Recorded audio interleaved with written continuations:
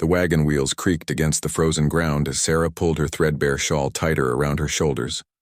The winter of 1847 had been merciless to the settlers moving west, and their small group of families had been traveling for 3 months with dwindling supplies.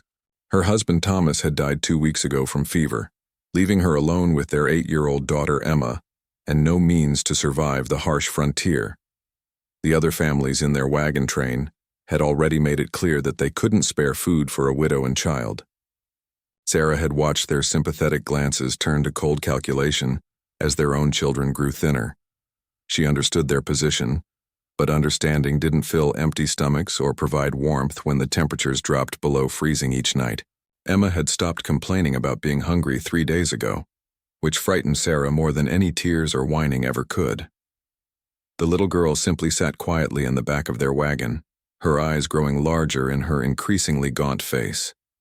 Sarah had given Emma the last of their dried meat that morning, claiming she wasn't hungry, though her own stomach felt like it was eating itself from the inside. When the wagon train stopped at a trading post near the Arkansas River, Sarah made a decision that would have horrified her just months before. She had heard whispers among the other women about desperate widows who had no choice but to seek protection from Indian tribes during harsh winters. The idea had seemed unthinkable when she still had Thomas and hope for their future. Now, with Emma's life hanging in the balance, unthinkable had become the only option. The trading post owner, a weathered man named McCready, confirmed what she had suspected.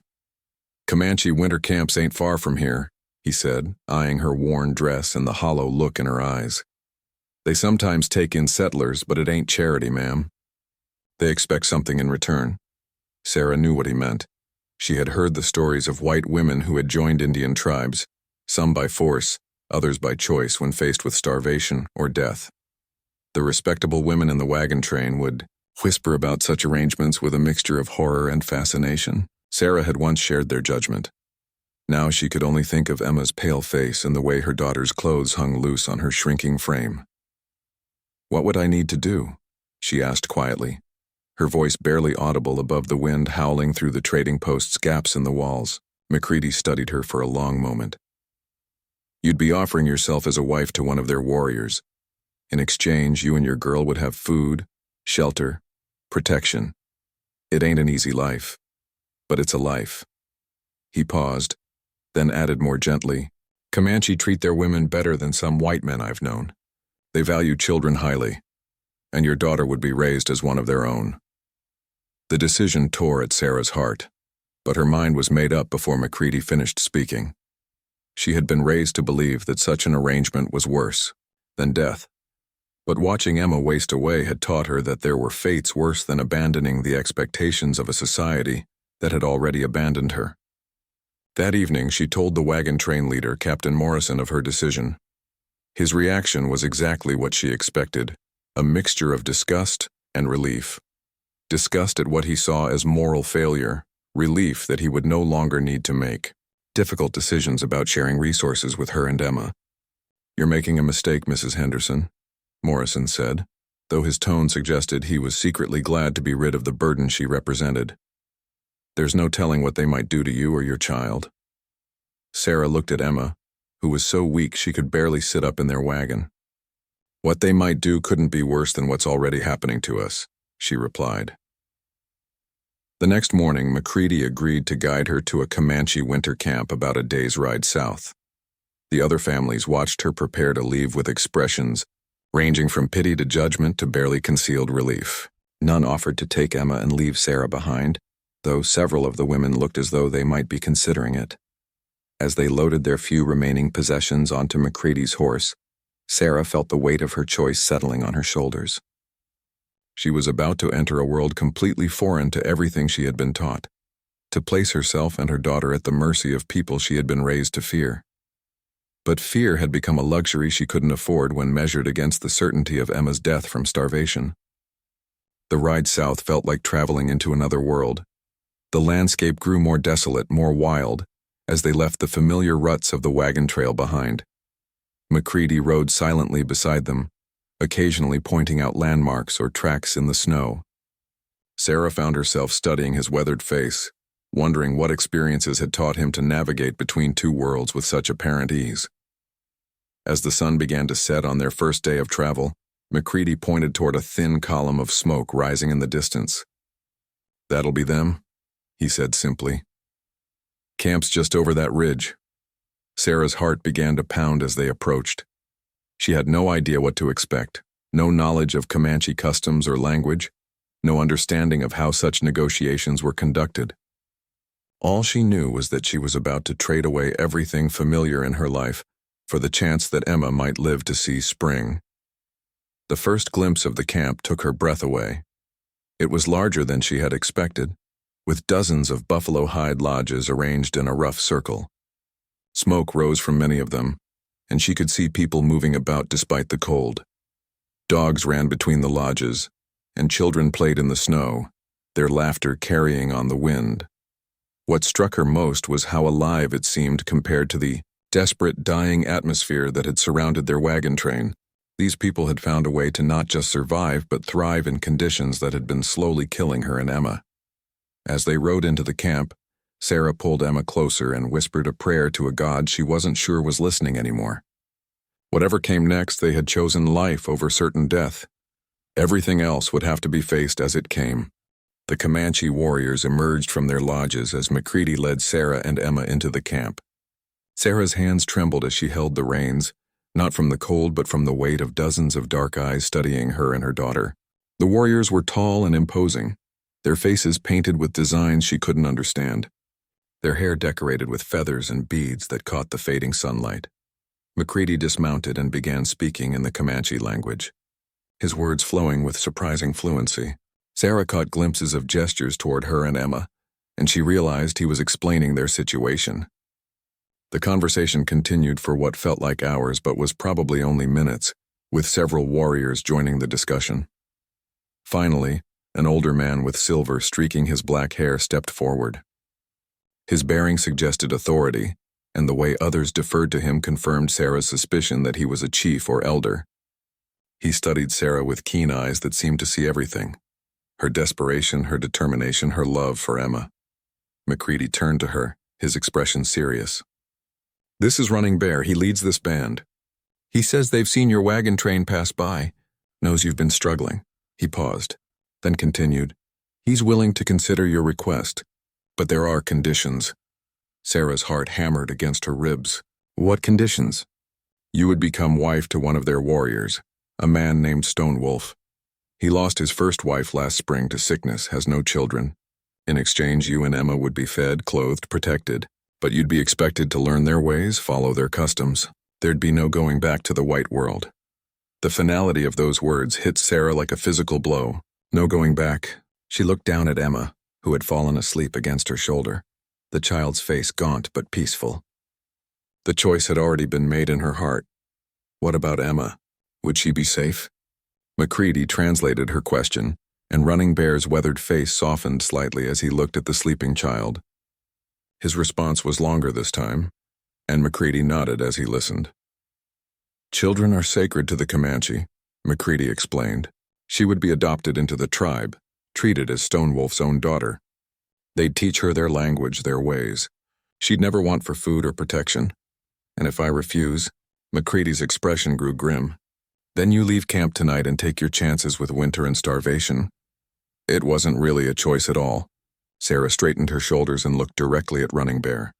"I accept." The elder nodded approvingly and called out in Comanche. A man emerged from one of the larger lodges, and Sarah felt her breath catch. Stonewolf was perhaps 30 years old, tall and powerfully built with intelligent dark eyes and strong features.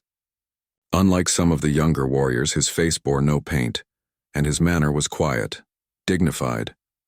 He studied her with the same intensity Running Bear had shown, but there was something else in his gaze. Not desire or possession, but a kind of careful evaluation. McCready facilitated another conversation in Comanche, this one between Stonewolf and Running Bear. Sarah found herself studying Stonewolf's face, trying to read his reaction to the proposal. Would he be kind to Emma? Would he expect things from Sarah that she wasn't prepared to give? When the discussion ended, Stonewolf approached her horse. In broken English, he said, "You come. Child safe. You safe." His voice was deep and surprisingly gentle. He reached up to help her down from the horse. His touch careful and respectful. Sarah dismounted, still holding the sleeping Emma. Stonewolf gestured toward his lodge, which she now realized was one of the largest in the camp. As they walked toward it, women and children began to emerge from other lodges, their curiosity evident but not hostile. Sarah noticed that several of the women were clearly of mixed heritage, and a few appeared to be white women who had been adopted into the tribe. Inside the lodge, Sarah was surprised by the warmth and comfort. Buffalo robes covered the floor and a central fire pit provided heat and light. The space was larger than her family's cabin back in Missouri had been, and far warmer than the wagon where she and Emma had been slowly freezing to death. Stonewolf indicated a pile of buffalo robes where she could lay Emma down. The child stirred as Sarah settled her, opening her eyes to find herself in this strange new place. Instead of crying or showing fear, Emma simply looked around with the wide-eyed acceptance of a child who had learned that the world was full of unexpected changes. "Hungry?" Stonewolf asked in his limited English, and Sarah nodded quickly. He left the lodge and returned shortly with two women who appeared to be his sisters or cousins. They carried bowls of stew that smelled rich and nourishing, along with flat bread and what looked like dried fruit. Sarah's mouth watered at the aroma. It had been so long since she'd smelled food that wasn't thin gruel or stale hardtack. The women, who introduced themselves through gestures and simple words as Red Dawn and Singing Bird, showed no hostility toward Sarah. Instead, they seemed curious and even welcoming. They helped Emma sit up and began feeding her small spoonfuls of the stew, talking to her in Comanche in the same gentle tones women everywhere used with children. As Sarah ate the first real meal she'd had in weeks, she felt strength returning to her body along with a growing realization of what she had committed herself to. Stonewolf sat across the fire from her, occasionally speaking with his female relatives but mainly watching Sarah and Emma with an expression she couldn't quite interpret. Red Dawn said something to Stonewolf in Comanche, and he nodded before turning to Sarah. "Tomorrow ceremony," he said in English. "You become Comanche wife. Tonight you rest." The words sent a chill through Sarah despite the warmth of the lodge. Tomorrow she would be married to this man according to Comanche customs. She had no idea what those customs involved, what would be expected of her, or how her life would change. But looking at Emma, who was eating with more appetite than Sarah had seen in weeks, she knew she had made the right choice. As the evening progressed, more members of Stonewolf's extended family came to visit. They brought gifts, warm clothing sized for Emma, moccasins to replace Sarah's worn boots, and blankets softer than anything she had owned since her wedding trousseau. Their gestures were kind, welcoming her into their circle with a warmth that surprised her. When it came time to sleep, Stonewolf gestured to a section of the lodge that had been prepared with fresh buffalo robes. "You sleep there," he said, indicating a place near Emma. "I sleep there." He pointed to the opposite side of the lodge, near the entrance. The respect inherent in the arrangement brought tears to Sarah's eyes. She had expected to be treated as property, but Stonewolf was giving her time to adjust, showing consideration for her fear and uncertainty. As she settled down beside Emma, who was already falling asleep on a full stomach for the first time in weeks, Sarah allowed herself to hope that maybe, just maybe, she had found more than just survival in this strange new world. Dawn brought the sound of the camp stirring to life around them. Sarah woke to find Emma still sleeping peacefully beside her, the child's face showing more color than it had in weeks thanks to the warm lodge and nourishing food. Stonewolf was already awake, tending the fire and preparing what appeared to be morning tea from herbs and roots. He offered Sarah a cup of the steaming liquid without speaking, and she accepted it gratefully. The taste was unfamiliar but pleasant, earthy, and slightly sweet. As she sipped, she became aware of activity outside the lodge. Voices calling to each other, children laughing, the sounds of a community beginning their day. Red Dawn entered the lodge carrying what appeared to be ceremonial clothing. She smiled at Sarah and began laying out the garments, speaking in Comanche while gesturing toward the clothes and then toward Sarah. Though she couldn't understand the words, the meaning was clear. These were for the wedding ceremony. The dress was made of soft deerskin, decorated with intricate beadwork and patterns of blue, red, and yellow. It was beautiful in a way that took Sarah's breath away, far more elegant than her own wedding dress had been. Along with it were matching moccasins decorated with the same beadwork, and a cloak made of what appeared to be wolf fur. Stone Wolf spoke briefly with Red Dawn, then turned to Sarah. "She helped you prepare," he said in his careful English. "Ceremony when sun high." He gestured toward the top of the lodge, indicating midday. As Stone Wolf left the lodge, presumably to make his own preparations, Red Dawn began helping Sarah understand what was expected. Through gestures and simple words, she explained that Sarah would need to bathe in the stream that ran near the camp, then dress in the ceremonial clothes. Singing Bird arrived to help, bringing small pots of what appeared to be paint or dye. The bathing was an ordeal in the winter cold, even with the women providing heated stones to warm the water. But Sarah felt renewed by the ritual cleansing, as if she were washing away not just dirt, but her old identity. When they returned to the lodge, the women began the process of transforming her appearance. They painted delicate designs on her face with berry dyes, lines and dots that Red Dawn indicated represented protection and new beginnings. They braided her hair with eagle feathers and small bells that chimed softly when she moved. The ceremonial dress fit perfectly, as if it had been made for her, and the wolf fur cloak provided warmth against the winter air. Emma woke during these preparations and watched the transformation with wide eyes. The women had brought clothes for her as well, a smaller version of Sarah's dress, though without the ceremonial decorations. They painted a simple design on Emma's cheeks and braided feathers into her hair, making her part of the ceremony. "Mama, you look like a princess," Emma whispered, and Sarah felt tears threaten to spill. In the child's eyes she could see wonder instead of fear, acceptance instead of loss. Perhaps children were more adaptable than adults, better able to embrace new realities without mourning what had been left behind. When the sun reached its zenith, Running Bear came to escort them to the ceremony site. A large circle had been cleared in the center of the camp, with the entire tribe gathered around. Sarah's stomach fluttered with nervousness as she realized how many people would witness her marriage to Stone Wolf. But as she entered the circle, she was struck by the faces around her. Instead of judgment or hostility, she saw curiosity, acceptance, even warmth. Children pressed forward to get a better look at her dress, and older women nodded approvingly at the decorations Red Dawn and Singing Bird had applied. Stone Wolf stood in the center of the circle, transformed by his own ceremonial clothing. He wore a shirt made of white deerskin, decorated with elaborate quill work and what appeared to be counting marks, perhaps representing his deeds as a warrior. His hair was braided with eagle feathers and his face was painted with red and black designs that made him look both fierce and noble. Running Bear began speaking in Comanche, his voice carrying across the gathered tribe. Sarah couldn't understand the words, but she could feel the solemnity and importance of what was being said. This was more than just a marriage ceremony. It was her adoption into the tribe, her transformation from outsider to member of their community. At Running Bear's gesture, Stone Wolf approached her and took her hands. His palms were warm and steady, and when she looked into his eyes, she saw not possession but partnership. He began speaking in Comanche, his voice low but clear, and though she couldn't understand his words, she could hear the sincerity in his tone. When Stone Wolf finished, Running Bear nodded toward Sarah, indicating it was time for her to speak.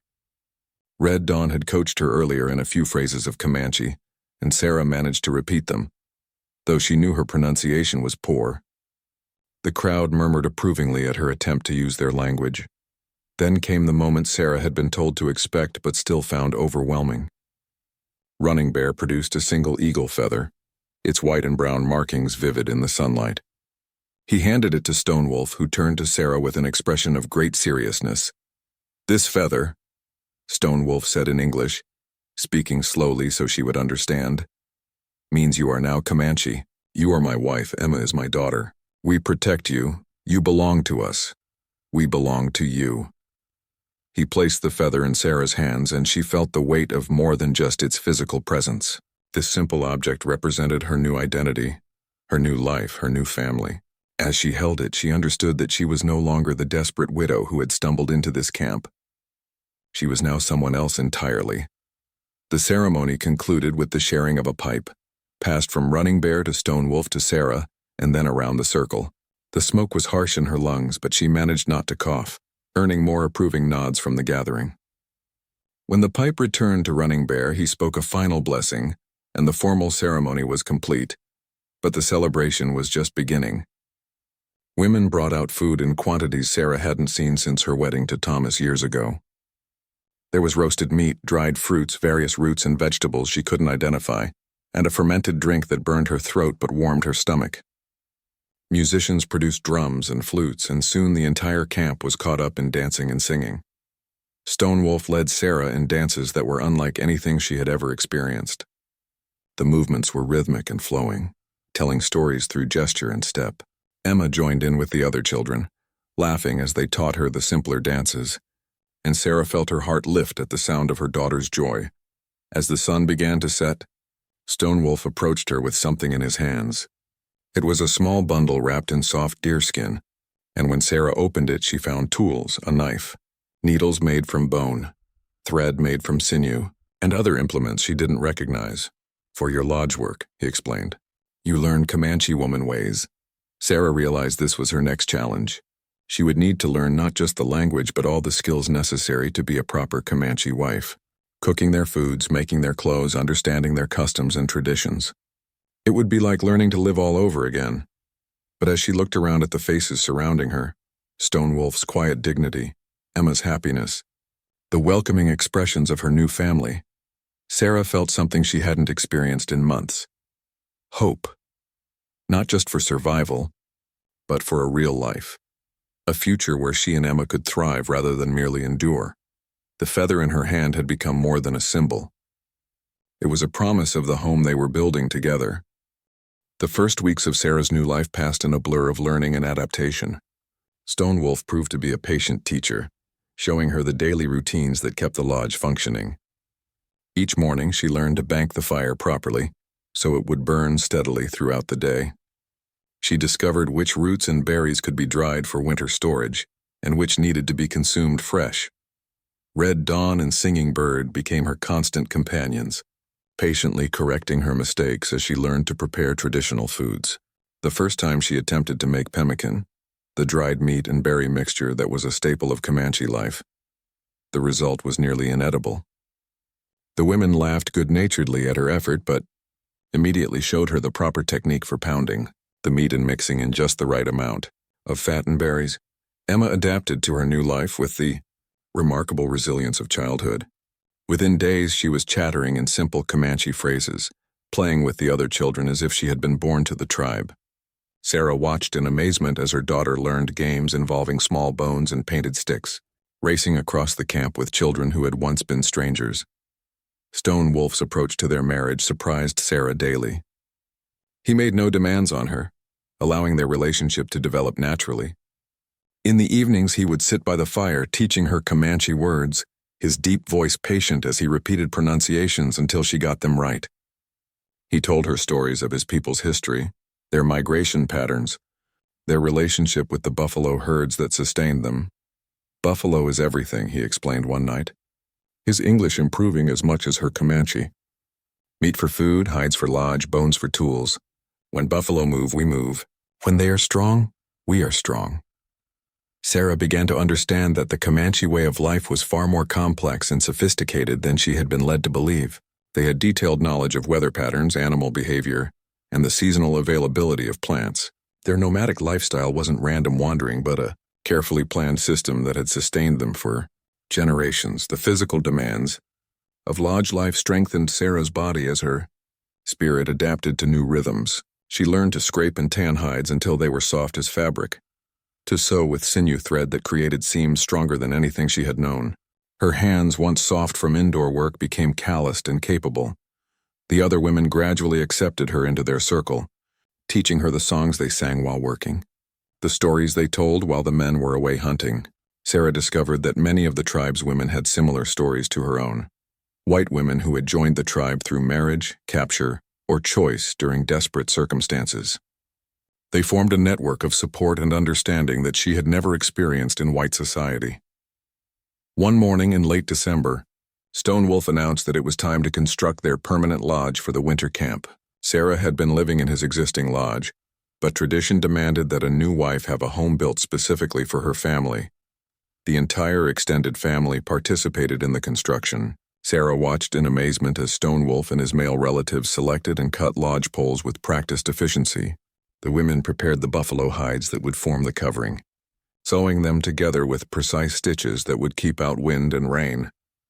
"You must place first pole," Red Dawn told Sarah, indicating that as the new wife, she had the honor of beginning the construction. Sarah's hands trembled as she positioned the central pole, understanding the symbolism of the moment. This wasn't just building shelter.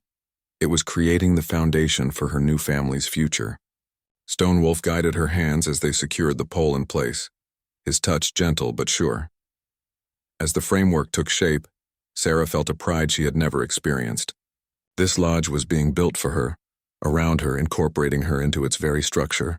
When the covering was complete, and the interior arranged with buffalo robes and household goods, she stood in the doorway holding Emma's hand and marveled at what they had created together. The lodge was spacious enough for their family with room for guests, warm and weatherproof, beautifully decorated with painted designs that told the story of Stonewolf's lineage. At the center, the fire pit would provide heat and light, while the smoke hole above could be adjusted for changing weather conditions. Storage areas held food, clothes, tools, and weapons, everything organized with the efficiency born of generations of nomadic life. That night, as they sat around their own fire in their own lodge for the first time, Stonewolf presented Sarah with a gift. It was a cradle board beautifully crafted and decorated, designed for carrying a baby. "For future children," he said simply, his eyes meeting hers across the fire. The implications of the gift sent a flush through Sarah's body. Stonewolf was expressing hope for their marriage to be blessed with children, for their family to grow and flourish. She touched the smooth wood of the cradle board, imagining the babies who might one day rest against her back as she worked around the camp. But the gift also reminded her that her relationship with Stonewolf would need to deepen beyond the respectful companionship they had maintained.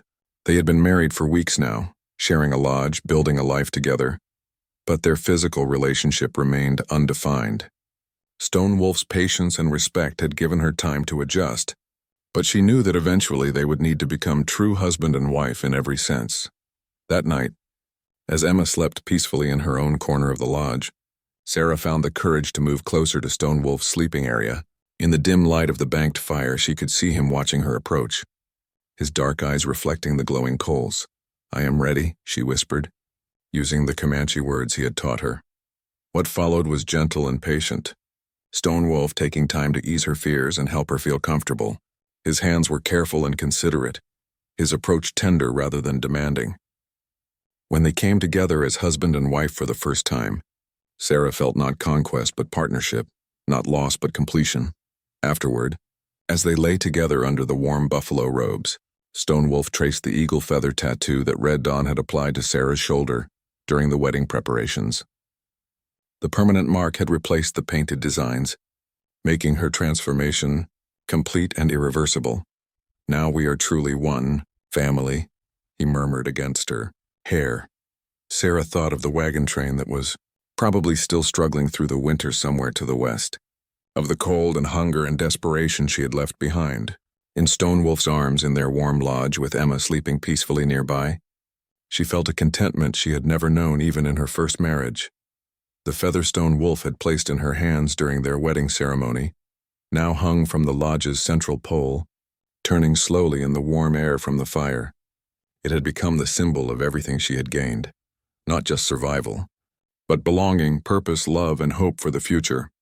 Outside their lodge, the winter wind howled across the plains, but inside they were warm and safe and together. Sarah had traded her old life for protection and sustenance, but she had received far more than she had bargained for. She had found a home that was more than shelter, a family that was more than survival, and a love that was deeper than convenience. As sleep claimed her, Sarah's last thought was of gratitude, not just for being alive, but for being truly alive in ways she had never imagined possible. Spring arrived with a rush of wildflowers across the prairie, and the return of the buffalo herds. Sarah woke one morning to find Stonewolf already preparing his hunting gear, his face showing the quiet excitement that came with the prospect of the season's first major hunt.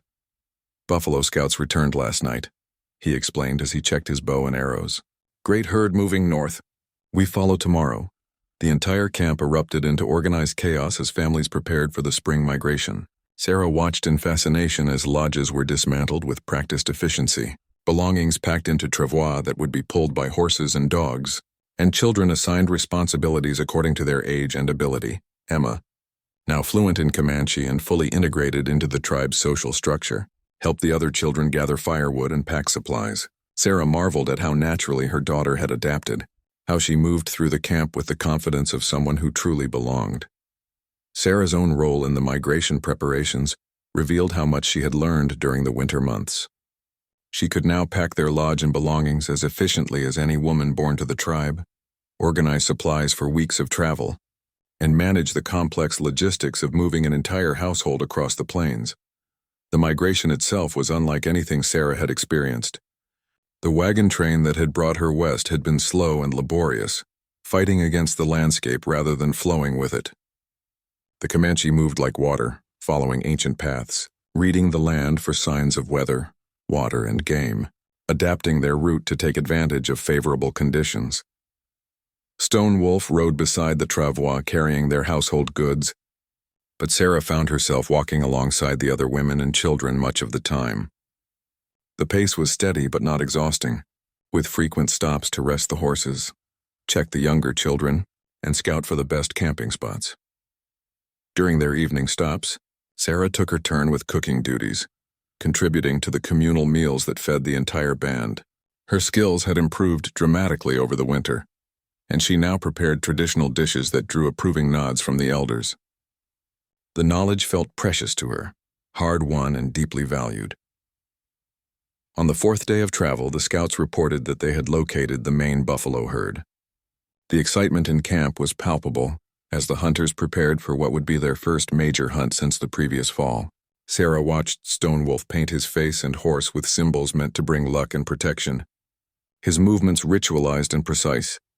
"You will see the power of our people today," he told her before mounting his war horse. "Buffalo gives us everything. Today we honor that gift." The hunt itself was a spectacle of coordinated skill and bravery that left Sarah breathless. From the ridge where the women and children watched, she could see hundreds of buffalo moving across the plain like a dark river. The Comanche hunters approached with sophisticated strategy, using the terrain and wind direction to position themselves for maximum advantage. When the hunt began, it was like watching a deadly dance.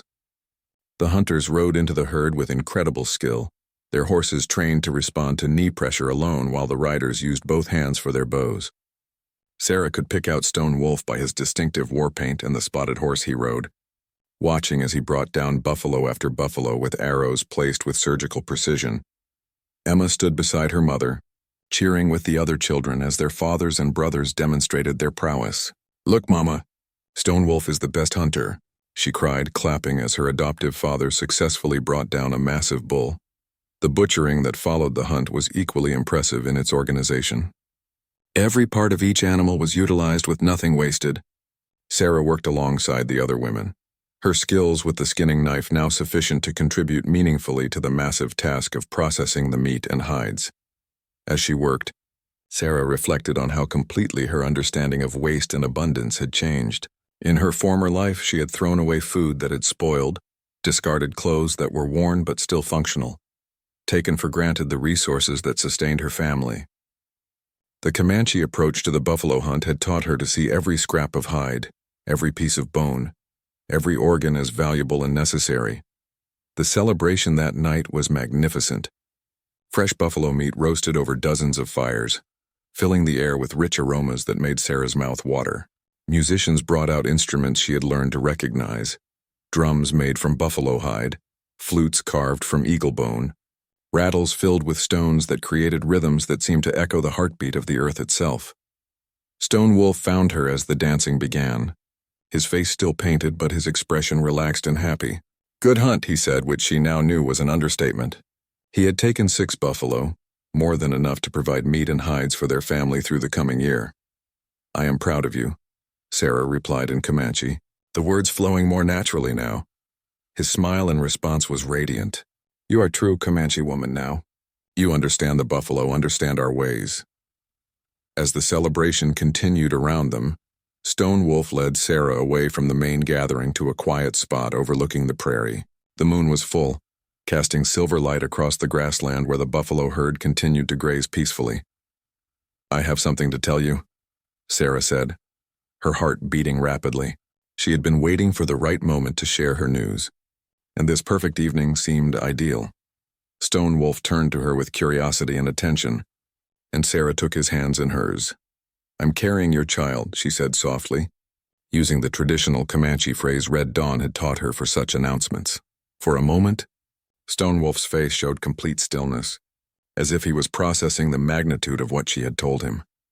Then joy broke across his features like sunrise, and he pulled her into his arms, lifting her feet off the ground as he spun her around. "A child," he said in English, his voice filled with wonder. "Our child." When he set her down, his hands immediately went to her still flat belly, his touch reverent and protective. Sarah had suspected her pregnancy for several weeks, but had waited until she was certain before sharing the news. Now, seeing Stone Wolf's reaction, she felt her own excitement bubble up to match his. "The cradleboard," she said, laughing. "You knew before I did." "I hoped," he admitted. "But this makes our family complete." They returned to the celebration hand in hand, and Stone Wolf immediately sought out Running Bear to share the news. The elder's face lit up with pleasure, and soon the entire extended family knew of the coming baby. The celebration took on new meaning as the tribe welcomed the news of new life. Red Dawn embraced Sarah with tears in her eyes. "Spring baby," she said. "Very good fortune. Child born when Earth awakens." The pregnancy progressed smoothly as the tribe continued their seasonal migration. Sarah found that her body adapted well to the nomadic lifestyle, the constant movement and outdoor living keeping her strong and healthy. The Comanche women had extensive knowledge of herbs and treatments that eased the discomforts of pregnancy, and Sarah felt more supported than she had during her pregnancy with Emma. Emma was thrilled at the prospect of becoming a big sister. She helped Sarah prepare baby clothes and contributed small gifts to the growing collection of items for their new family member. Her acceptance of the situation was complete and wholehearted, and Sarah marveled at how naturally her daughter had embraced her new identity as part of Stone Wolf's family. As summer progressed, Sarah's belly grew round and full. Stone Wolf became increasingly protective, ensuring she had the best cuts of meat, the softest sleeping robes, the most comfortable position in their lodge. His attention was constant but not overbearing, showing the same respect for her autonomy that had characterized their relationship from the beginning. The baby was born in early autumn, just as the leaves began to change color on the cottonwood trees along the river, where they had made camp. The labor was attended by Red Dawn and 2 other experienced midwives, with Stone Wolf pacing outside the lodge like expectant fathers everywhere. When the baby's cries first filled the lodge, Sarah felt a completion she had never experienced. This child was born into the tribe, would never know the division between 2 worlds that she had struggled to bridge. As Red Dawn placed the tiny perfect son in her arms, Sarah understood that her transformation was truly complete. Stone Wolf entered the lodge with tears streaming down his painted face. When he saw his son for the first time, he fell to his knees beside Sarah's bed, reaching out to touch the baby's tiny hand with one finger. "He is beautiful," he whispered in Comanche, then repeated it in English for Sarah's benefit, though she had understood perfectly the first time. "What shall we name him?" Sarah asked. Stone Wolf considered carefully, studying his son's face as if reading prophecy in the infant features. "Running River," he finally said. "He will flow between 2 worlds, bringing them together." The naming ceremony took place when Running River was 7 days old, with the entire tribe gathering to welcome the newest member. Running Bear performed the ritual, painting symbols on the baby's forehead while chanting blessings for his future. Sarah held her son as the sacred smoke swirled around them, feeling the power of the ritual connecting her child to generations of ancestors and traditions. Emma stood beside them, her face glowing with pride as she took on her new role as big sister. She had helped prepare the ceremonial clothes Running River wore, tiny moccasins and a soft deerskin shirt decorated with beadwork that would bring him protection and good fortune. As autumn deepened into winter, the tribe began preparing for the cold months ahead. Sarah worked alongside the other women, smoking meat, preparing pemmican, and ensuring that their lodge would be warm and well supplied through the harsh season ahead. But now she worked with Running River strapped to her back in the cradleboard Stonewolf had given her. The baby's presence a constant reminder of how completely her life had been transformed. The desperate widow who had stumbled into the Comanche camp nearly a year ago no longer existed. In her place was a woman who belonged fully to this life, this family, this world she had chosen. The eagle feather from her wedding ceremony still hung in their lodge, but now it was joined by others. Feathers marking Running River's birth, Emma's adoption ceremony, significant hunts and celebrations. Each feather represented another layer of belonging, another thread binding her to the life she had built. As the first snow began to fall, Sarah stood in the doorway of their lodge, holding Running River while Emma played with the other children nearby. Stonewolf was returning from checking the horse herd, his face showing satisfaction with their preparations for winter. Looking at her family, their warm lodge, their place in the larger community of the tribe, Sarah realized she had found something she had never known she was searching for. She had traded herself for warmth and protection, but she had received a home that was deeper and richer than anything she had ever imagined possible. 3 years had passed since Sarah first entered the Comanche camp as a desperate widow, and the woman she had become would be barely recognizable to her former self. Her hands, once soft and pale, were now bronzed by sun and strengthened by constant work. Her hair, braided with feathers and beads according to Comanche custom, fell past her waist in thick, healthy waves. Most remarkably, when she spoke, it was as often in Comanche as in English, the language flowing from her lips with natural fluency. Running River had grown into a sturdy toddler whose laughter rang across the camp as he chased after Emma and the other children. At nearly 12 years old, Emma moved with the confident grace of a young Comanche woman, fluent in traditions that had been passed down through generations. She could track animals, identify edible plants, and had begun learning the intricate beadwork that decorated the tribe's finest clothing. Stonewolf had become more than just Sarah's husband. He was her partner in every sense, consulting her on decisions affecting their household, valuing her opinions on matters ranging from trade negotiations to child rearing. Their love had deepened from the careful respect of their early marriage into something profound and unshakable. On this particular morning in late spring, Sarah was teaching a group of younger women how to prepare hide for tanning when Running Bear approached with news that would test everything she had built. "Soldiers come," he said simply, his weathered face grave. "Blue coats from the fort. They ask for white captives." Sarah's blood turned cold. She had always known this day might come, had heard stories of other tribes being pressured to return white women and children to the settlements. But after 3 years of complete integration into Comanche life, she had begun to believe her past would never catch up with her. "They specifically ask for you," Running Bear continued, his eyes sad but understanding. "Someone from your old wagon train told them you were taken against your will." The irony was bitter. The same people who had been willing to let her and Emma starve were now claiming concern for her welfare. Sarah's hands clenched into fists, her carefully learned composure cracking under the weight of old anger. "I chose this life," she said firmly in Comanche. "I am not a captive," Running Bear nodded. "I know this. Stonewolf knows this, but soldiers do not understand our ways. They see white woman, think she must be prisoner." The camp was already buzzing with the news of the approaching soldiers. Sarah could see families having quiet conversations, no doubt discussing what this meant for them all. Any confrontation with the military could escalate into violence, threatening the safety of everyone she cared about. Stonewolf found her as she was returning to their lodge, his face showing the same mixture of anger and concern she felt. "We could leave," he said quietly. "Take our family, join other bands further north." Sarah considered the option, then shook her head. Running from this problem would only create larger ones. Other tribes would be visited by soldiers asking the same questions. Her presence could become a constant source of danger for any group that sheltered her. "No," she said finally. "I will speak with them. Make them understand."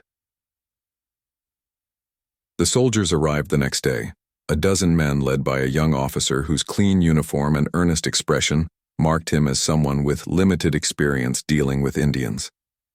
Sarah watched from her lodge as they rode into camp, noting the way the warriors positioned themselves strategically around the perimeter while maintaining an appearance of casual activity.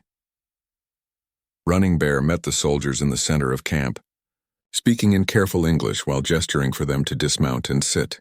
The Comanche approach to such encounters was always to begin with hospitality, to create obligation and respect before conducting serious business.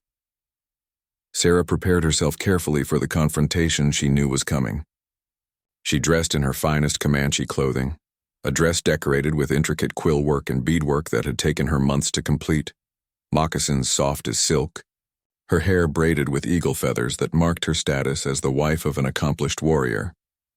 When Running Bear sent word that the soldiers requested to speak with her, Sarah walked to the meeting place with her head high, flanked by Stonewolf and carrying Running River in her arms.